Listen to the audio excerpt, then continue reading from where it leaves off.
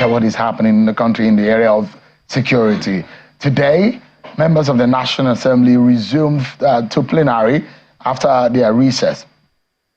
On the floor of the House of Representatives, a member of the House of Representatives from Ekiti State, who happens to be also the spokesperson of the House of Reps, was in tears when he moved a motion in respect of the killing of Ekiti monarchs, which of course the president said that those who did will not escape justice. Honorable Akin Rotimi, spokesperson of the House. This was the motion. In moving that motion today, this was what happened. Take a look.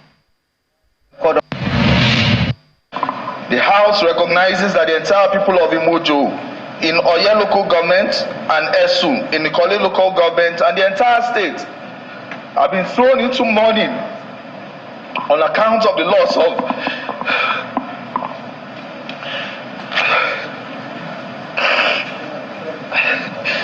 our highly revered traditional rulers who were forces for community development, peace and stability in the constituency and the entire state.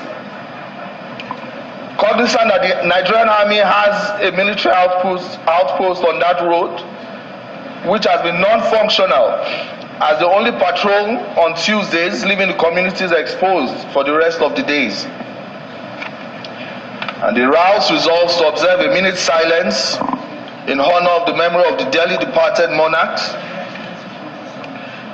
The House further urges the Chief of Army Staff to redeploy military personnel to the outpost along the Okeako area to enhance security and forestall a repeat of such acts.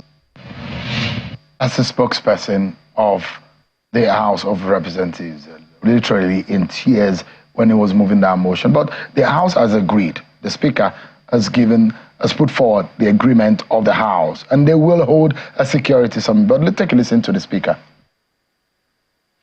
Indeed, the time has come for the President to demand greater performance and accountability from our service chiefs and all security and enforcement agencies. I implore the President not to shy away from making the tough decisions. If necessary, we must not hesitate to enact changes within our security apparatus for the cause of inaction if inaction is far too great to bear. In light of these challenges, I propose convening a National Legislative Security Summit. This summit will serve as a crucible for ideas where stakeholders from diverse sectors, security, traditional and religious institutions, academia, civil society, and more will forge enduring solutions to our security woes. Those are some of what went on the floor of the House, on the floor of the Senate, which is the upper chamber of the National Assembly. There were also conversations about the state of security, but they agreed also that the service chiefs should be summoned. Let's get a sense of what this means altogether and analyze Nigeria under President Tinubu's watch. How is security being tackled? I'm being joined tonight by a member of the APC and the chairman of the Independent Media and Policy Initiative, Mr. Niyi Akinshiju. Thank you so much, Mr. Akinshiju, for your time tonight. Thanks so much. You heard an emotional moment there in the House of Representatives. Those will be asking questions about the promises that are being made under the Tinubu government, and those who will be saying, is anyone safe in this country? Well, I share in the grief expressed by Honorable Rotimi. It's touching, especially, of course, when it relates to monarchs, in the communities, and it's quite touching. That's the long and short of it. But of course, it does not also describe the totality of the state of security in the country. And I'm using the word security in preference to insecurity. Nobody would say that we are not challenged in terms of insecurity. But again, when we also look at the indicators of security, it can also be surmised submitted that to a large extent, these are close to 1 million square kilometers of land space called Nigeria is appropriately secured. So unfortunately, you have this situation in the Ekiti state. You may have in other states, but more than 80 to 90% of that space, is secured. It's just unfortunate that we have what they call the lightning attack, of these miscreants in our communities. To a large extent, I have been following what the president had been doing in conjunction with the security agencies, especially the police force. The last I had was a lot of effort to activate community policing. And I think to a large extent, that is where our remit should be as a country that desires, to have security bottom-up approach. Yes, I was listening to your guest yesterday. It talked variously about how highly equipped the Nigerian security agencies are, and how highly equipped with drones and area equipment the Nigerian police force had been with.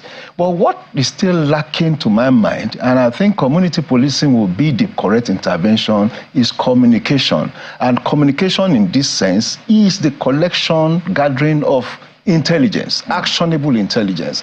So much that these people that have perpetrated these acts, these terrible acts somewhere in Ekiti state, would be staying within a certain community. If that community had been properly sensitized, if the community had been properly mobilized, perhaps they would have reported these elements to the nearest police outpost. Do you have a police number? Do you have any police number? I have, but I don't have an emergency number? Yes, we have. If, God forbid, if someone puts a gun to your head, what number would you call? No, I don't have in my head, but we have 10. That's the problem. Yes, nobody. These are in fact the most basic. Yeah, but if you have the opportunity in emergency and in a panic mode, how can you get help? But do we have police emergency numbers? Do we have? We have 11-digit numbers. Yes. We have. Is that appropriate? In fact, at the point in time, there was about 10. I personally checked on 4, and it went through. I personally checked on 4, 11 digits. Yes, we'll be talking of short code. Perhaps the technology available are not reached there. But in terms of emergency, yes, there are emergency numbers. All the telecommunications company in Nigeria, they have a short code. In fact, they have a universal short code to complain about service. But how come we do not have emergency short code? I am not personally for Nigerians can dial. I am not personally aware of the short code. I am aware of the 11 digits. So, but now, saying that it could realistically, Mr. Akichi, would you, if I put a gun to your head right now, would you remember any of the 11 digits number? God forbid you will not put a gun to my head. No, I'm asking. That is one. That is one. Then 2, there are different scenarios of criminalities. The important thing is that someone could access a number at a point in time.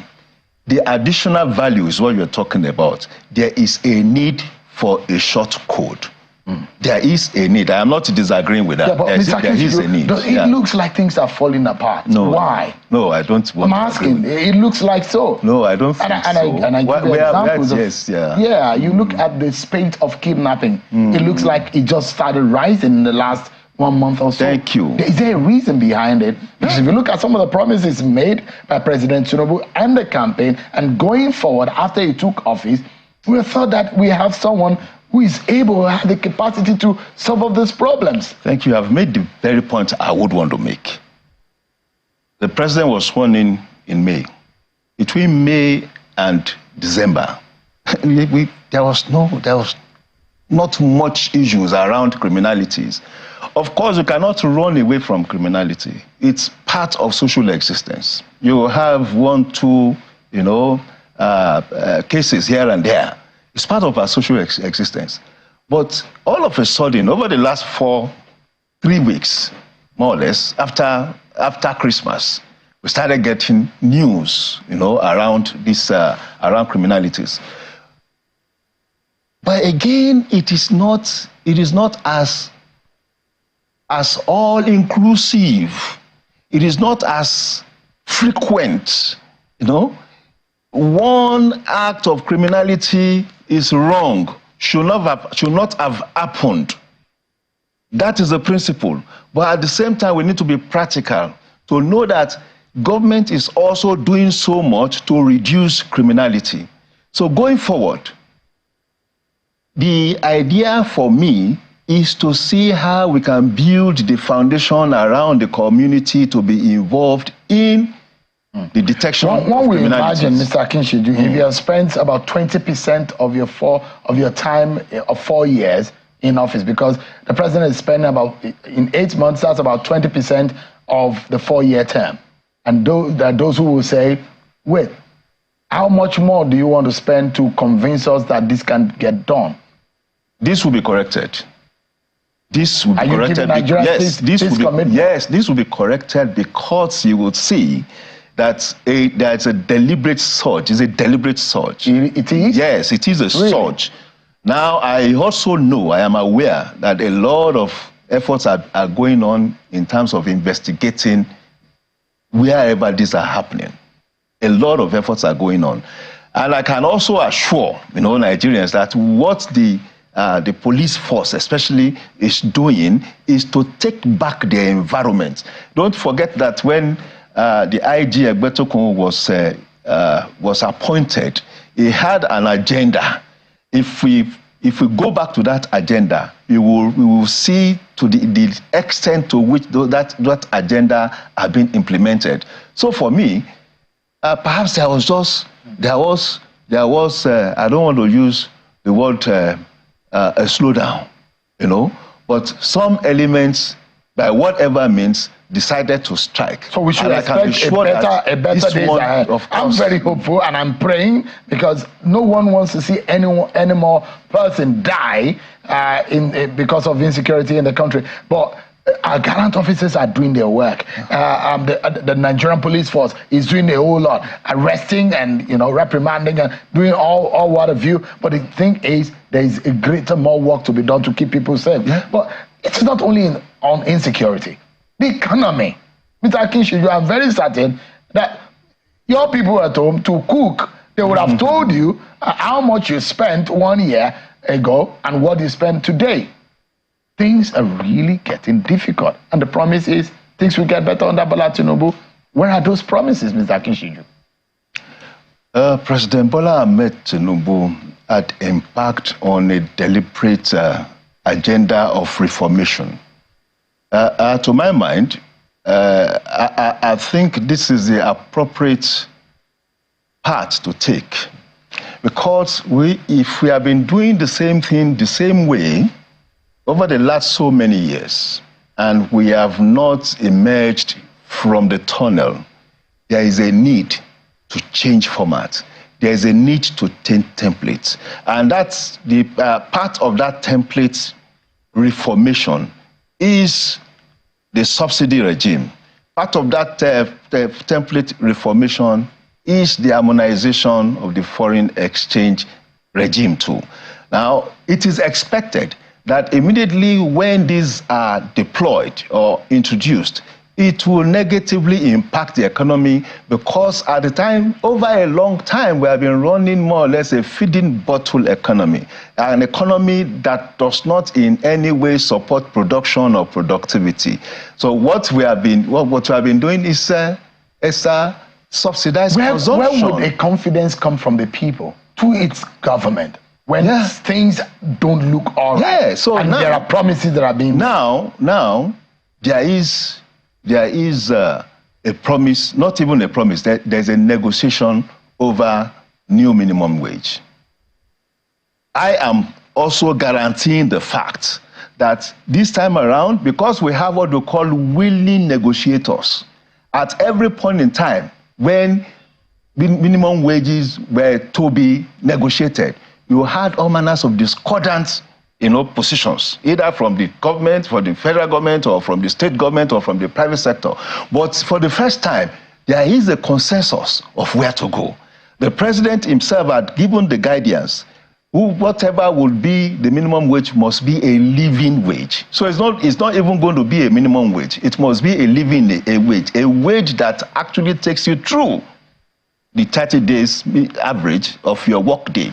That is one. Then two, there's a guarantee of the implementation of the wage now, because there's a correlation between expenditures under the subsidy regime and earnings. When subsidy was removed by the president announcement in May, by June 2023, the total consumption of PMS, on which we export so much, fell by more than 20%. Today now, we know that we have been funding some criminal consumption over the last so many years to the tune of more than 25 million liters of petrol, so of PMS. Mr. Akinshiju, you are telling Nigerians to be patient, to wait, and the renewed hope agenda is coming. Is that what you're saying? The renewed hope agenda is here because we are earning more now. We are not earning just more, we are also saving more. Right. And that is the first time in the history of this country that from accruers, revenue accruers, federal government is actually saving. It is a major milestone. Mr. Akinshiju, I'm very hopeful and I'm an incurable optimist about the Nigerian project, and I pray that things will get better. But thank you so much, Mr. Akinshiju, for your time as always. A member of the APC, and he is the chair of the Independent Media and Policy Initiative. Thank you so much for your time tonight. Pleasure is mine.